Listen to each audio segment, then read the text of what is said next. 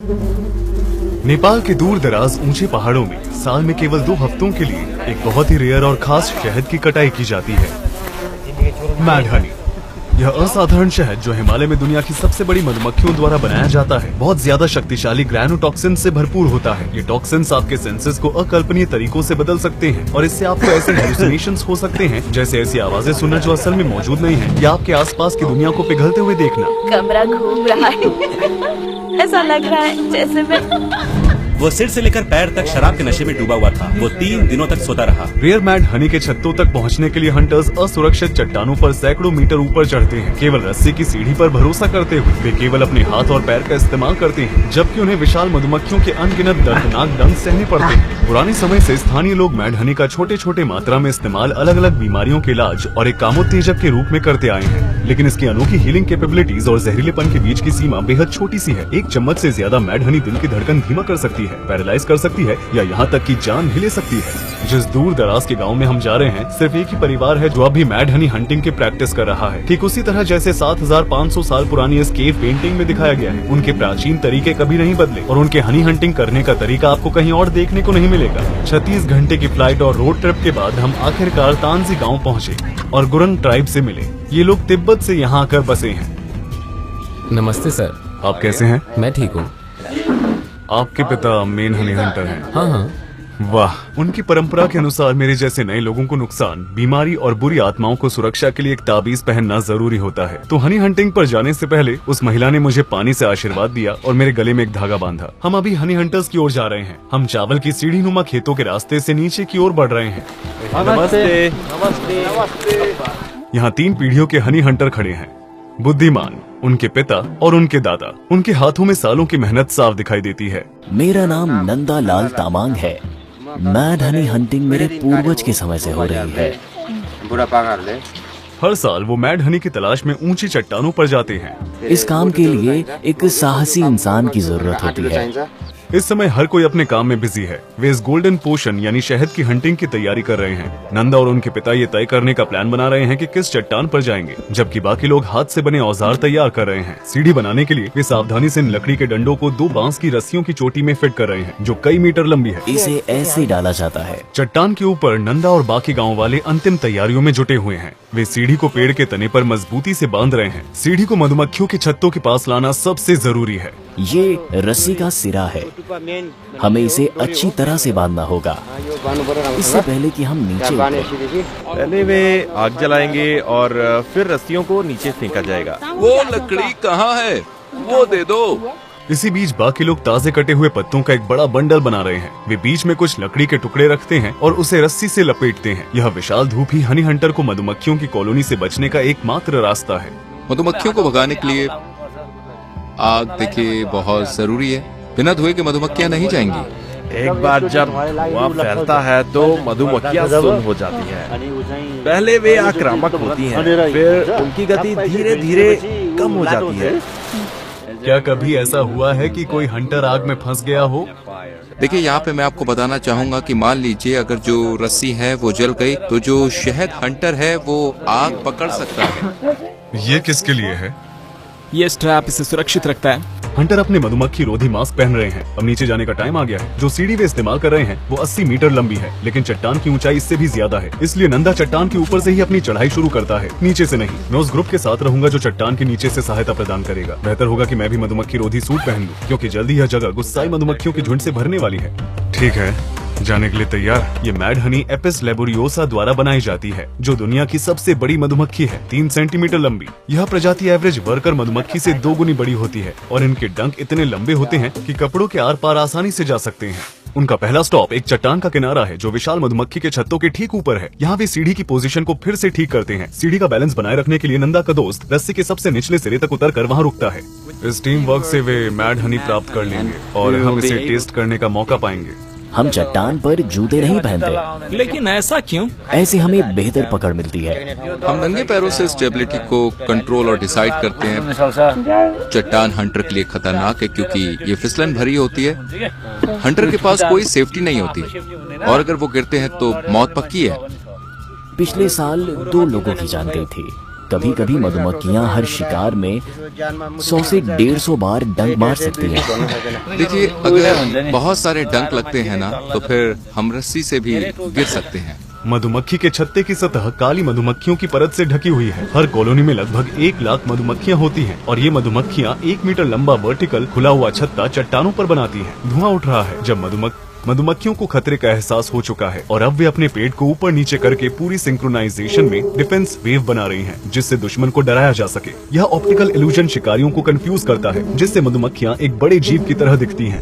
मधुमक्खियां मेरे ड्रोन से लड़ रही हैं। वे इसे एक विशाल भिनभिनाते हुए घुसपैठिए के रूप में देख रही है। अब वक्त आ गया है सबसे मल्टीटास्किंग काम का। नंदा को कई चीजें संभालनी है। वो 2 डंडों का इस्तेमाल कर रहा है। एक से बास्केट को बैलेंस कर रहा है। डंडे को स्थिर रखने के लिए वो अपने पैर का इस्तेमाल करता है और दूसरे डंडे से वो बड़ा सा शहद का छत्ता काट रहा होता है, जबकि मधुमक्खियां गुस्से में चारों तरफ भिनभिना रही होती हैं। हर बार जब वो छत्ता काटता है तो कई किलो शहद बाहर आता है। हर हंट के दौरान मधुमक्खियां उसे 100 से ज्यादा बार डंक मार सकती हैं, लेकिन उसे स्थिर रहना पड़ता है। उसकी एकमात्र सुरक्षा बांस की सीढ़ी से बंधी रस्सी है। कोई भी गलत कदम उसके लिए जानलेवा हो सकता है।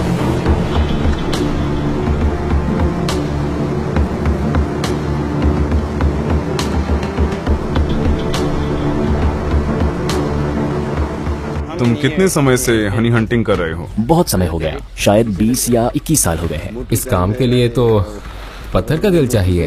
ये एक जोखिम भरा काम है और इसे हर कोई नहीं कर सकता। हर कोई मैड हनी तो चाहता है, लेकिन जब वो इस काम की हकीकत को देखते हैं तो हैरान रह जाते हैं। हम इसे ज्यादा नहीं खाते, बस साल में कुछ चम्मच ही खाते हैं। ये हमें लगभग पूरे 24 घंटे तक नशे में रखता है। अगर मैं 1 चम्मच शहद खाऊं तो क्या होगा? तुम बेहोश हो जाओगे, उल्टी करने लगोगे और अनकॉन्शियस हो जाओगे। अगर मैं 2 चम्मच खाऊं तो? तुम्हें कुछ भी पता नहीं चलेगा। क्या मैं पैरालाइज हो जाऊंगा? हाँ, एक दिन तुम ऐसे ही लेटे रहोगे जैसे पैरालाइज। हम वापस जा रहे हैं क्योंकि बारिश शुरू हो गई है। हम नहीं चाहते कि हमारे कैमरे गीले हों। हनी हंटर हमसे गांव में मिलेंगे। नमस्ते।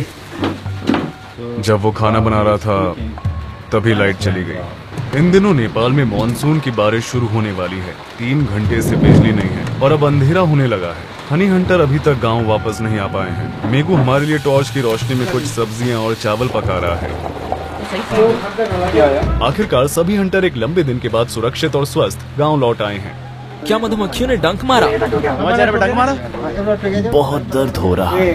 उन्होंने यहीं पर डंक मारा। एक मधुमक्खी अभी भी मेरे कपड़ों के अंदर है। वे पूरे शरीर पर थी। आज हमने कितना शहद इकट्ठा किया है? लगभग 40 लीटर। क्या आप सब जाएंगे अगर मौसम अच्छा रहा तो? बारिश से चट्टान फिसलन भरी हो जाती है और किनारा खतरनाक हो जाता है। अगर मौसम अच्छा रहा तो हम जा सकते हैं। हमें भी बताओ तुम्हारे पापा के साथ क्या हुआ? उन्होंने एक कच्चे अंडे को मैड हनी के साथ मिलाकर एक कप में पिया। आधे घंटे बाद वो बाथरूम गए। वो बाथरूम में फर्श पर चटाई बिछाकर पूरी रात वहीं सो गए। अगली सुबह वे सीढ़ियों पर अपने हाथ पैरों से चढ़ रहे थे। आखिरकार वो दरवाजे के बाहर पहुँचे और फिर भाग गए। वो 3 दिन तक सोए रहे। वो सिर से लेकर पैर तक नशे में थे। आज मैं मैड हनी ट्राई करने के लिए काफी एक्साइटेड था, लेकिन अब रात के 10 बजे से ऊपर हो गए हैं और कल सबको जल्दी उठना है शहद की हार्वेस्टिंग के लिए। रात में अकेले ट्राई करना सेफ नहीं होगा, खासकर जब हम इतनी दूर हैं और नजदीकी हेल्थ फैसिलिटी भी मीलों दूर है। तो अब मुझे कल तक का इंतजार करना पड़ेगा इसे ट्राई करने के लिए।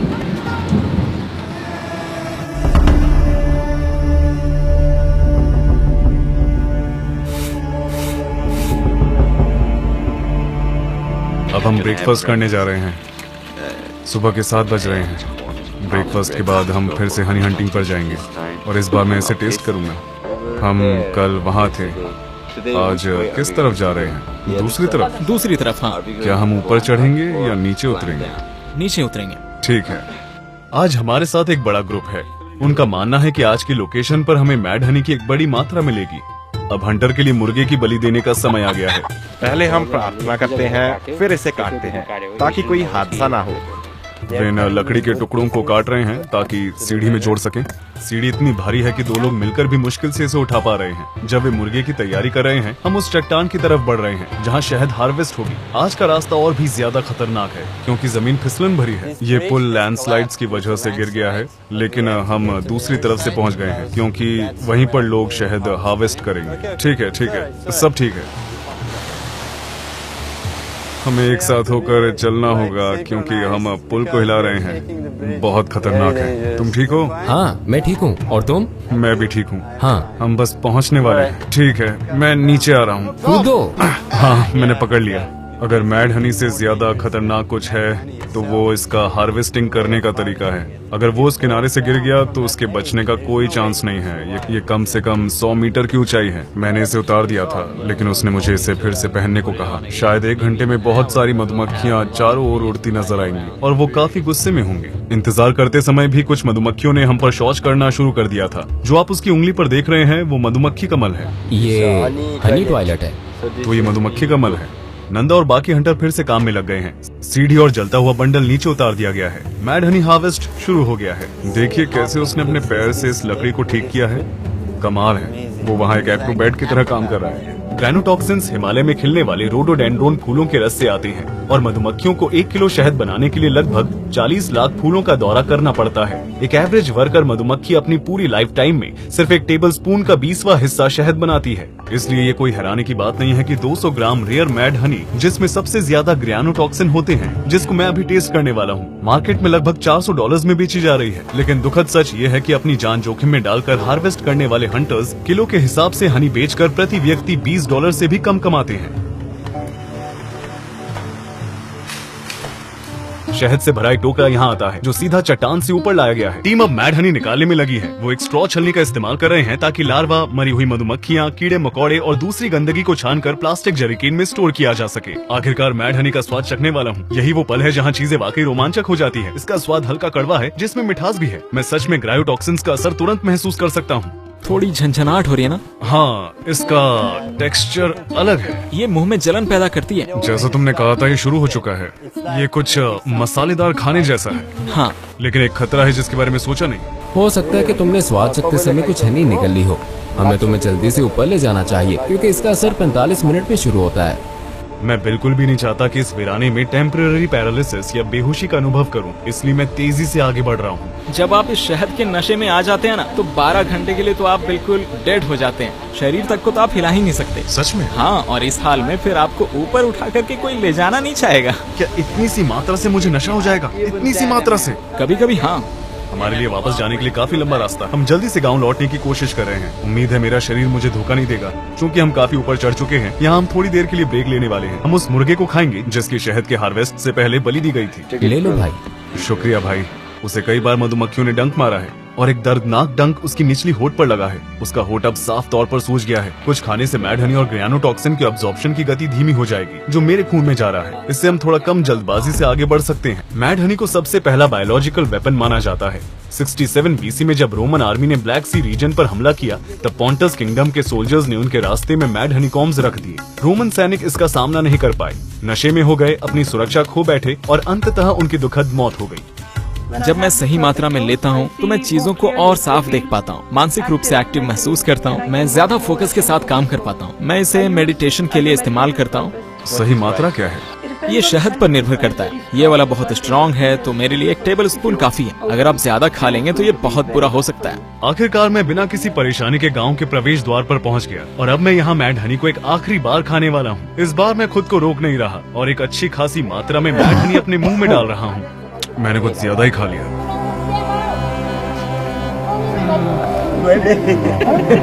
मुझे नहीं पता कि ये कितना ज्यादा है, लेकिन मैंने पूरा निगल लिया। उम्मीद है कि मुझे ज्यादा नशा नहीं होगा। इसका स्वाद बहुत ही ज्यादा कड़वा है और इससे मुझे काफी खांसी हो रही है। अब इंतजार करेंगे और आप लोगों को अपने अनुभव के सारे डिटेल्स बताऊंगा।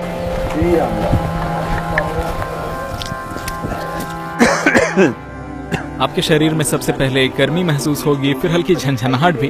क्या तुम्हें लगता है कि मैंने बहुत ज्यादा शहद खा लिया? ये तो ठीक ठाक मात्रा है। हमारा एक दोस्त इसी हनी का एक छोटा चम्मच खाकर उल्टी करने लग गया था।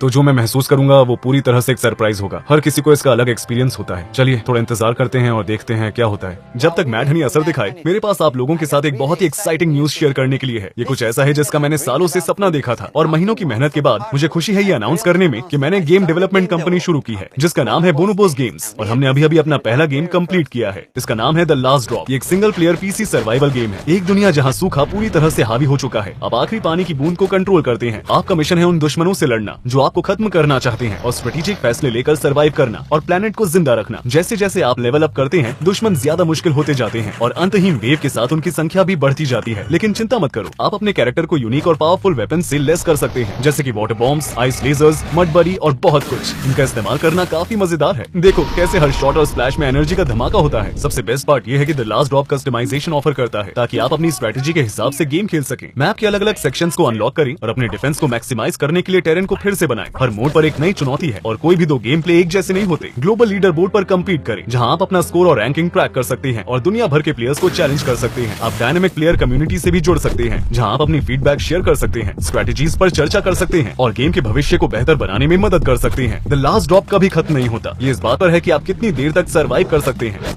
इस वीडियो के डिस्क्रिप्शन बॉक्स के टॉप पर दिए गए लिंक पर क्लिक करें। द लास्ट ड्रॉप को अभी स्ट्रीम से डाउनलोड करें और देखते हैं कि क्या आप लीडर बोर्ड पर टॉप स्पॉट हासिल कर सकते हैं।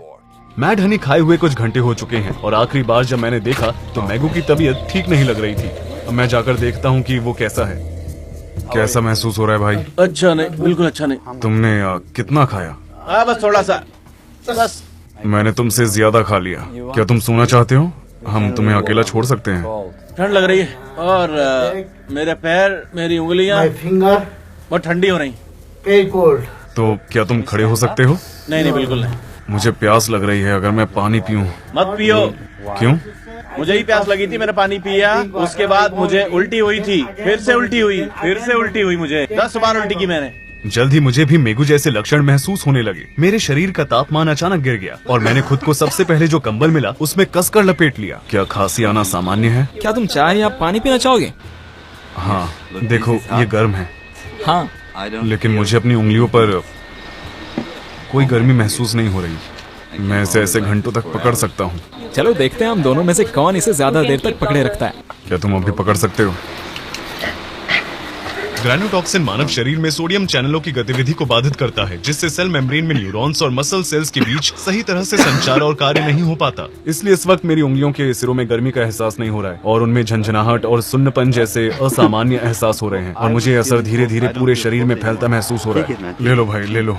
अब मुझे बहुत गर्मी लग रही है। शरीर को बारी बारी से गर्मी और ठंडक महसूस हो सकती है। अगर वो नशे में है तो उसे ज्यादा इधर उधर नहीं घूमना चाहिए। पहले मुझे लगा कि मैं जल रहा हूँ, इसलिए मैंने अपनी शर्ट उतारने की कोशिश की और फिर थोड़ी देर बाद मुझे ठंड लगने लगी। आज हमने जो मैड हनी हार्वेस्ट की थी, उस महिला ने भी एक चम्मच लिया। वो अच्छे मूड में लग रही है। कमरा घूम रहा है। मुझे उल्टी जैसा महसूस हो रहा है। मेरे हाथ पैर में झंझनाहट हो रही है। सब कुछ घूम रहा है। कभी कभी मुझे रोने का मन करता है तो कभी हंसने का। हमारे होस्ट को मैड हनी से मुझसे ज्यादा फायदा हो रहा है। इनकी उम्र कितनी है? पूछना थोड़ा रूड हो सकता है, माफ करना। तुम्हारी उम्र क्या होगी? तुम मेरी उम्र पूछ रहे हो? हाँ। मैं 1 साल की हूँ। ये क्या कह रही है? मैं 1 साल की हूँ। 1 साल। मैंने उसे यहाँ किडनैप कर लिया है। मुझे ऐसा लग रहा है जैसे मैं बहुत नशे में हूँ। ऐसा लग रहा है कि मैं उड़ रही हूँ। ओह, आप इनके बारे में क्या सोचती हैं? क्या वो हमारे कैमरे पर रिकॉर्डिंग को लेकर कंफर्टेबल है? हाँ, मुझे वो पसंद है। मैं उसे बॉयफ्रेंड बना सकती हूँ। मुझे इनके देश से एक बूढ़ा आदमी ला कर दो जो मेरा बॉयफ्रेंड बन सके। मुझे यहाँ सिर दर्द हो रहा है, मेरे माथे से लेकर मेरी बाईं आंख तक। इसलिए मैं अपनी आंख खोल कर रखना नहीं चाहता। मेरे पूरे शरीर में दर्द हो रहा है। सेकंड्स घंटों जैसे लग रहे हैं और मुझे थोड़ा बहुत समय का एहसास नहीं रहा है। अब असर और भी तेज हो रहा है और मुझे उल्टी जैसा महसूस होने लगा है। अचानक से मैंने उल्टियां शुरू कर दी। ग्रैनोटॉक्सिन का कोई एंटीडोट नहीं होता। ज्यादातर समय शरीर इसे सहन कर लेता है, लेकिन कुछ रेयर मामलों में इससे हार्ट फेलियर हो सकता है। इसके औषधीय लाभों का आनंद बिना साइड इफेक्ट्स के लेने के लिए सबसे अच्छा तरीका है कि अपने डॉक्टर की सलाह पर ही लें। खुशकिस्मती से मेरा शरीर 24 घंटे के अंदर इस जहर को साफ कर चुका था और अगली सुबह मैं काफी बेहतर महसूस कर रहा था, भले ही रात सिर दर्द, जी मचलना और कानों में बजने वाली आवाजों के साथ गुजरी हो। मैड हनी आसानी से नहीं मिलती। इसे चट्टानों के किनारे बने छत्तों से निकालने के लिए कुशल और बहादुर लोगों की जरूरत होती है। गुरुंग समुदाय एक समृद्ध सांस्कृतिक धरोहर को संजोए हुए है, जिसे मैं आशा करता हूँ कि आने वाली जनरेशन तक पहुँचाया जाएगा। The last drop game download करना मत भूलना, जिसे मेरी गेम डेवलपमेंट कंपनी ने बनाया है। इसे अभी स्टीम पर खेलो, मुझे यकीन है कि आपको मजा आएगा। गेम का लिंक इस वीडियो के डिस्क्रिप्शन बॉक्स के सबसे ऊपर है। द लास्ट ड्रॉप के लीडर बोर्ड पर मिलते हैं। रूही चैनत यहाँ पर था।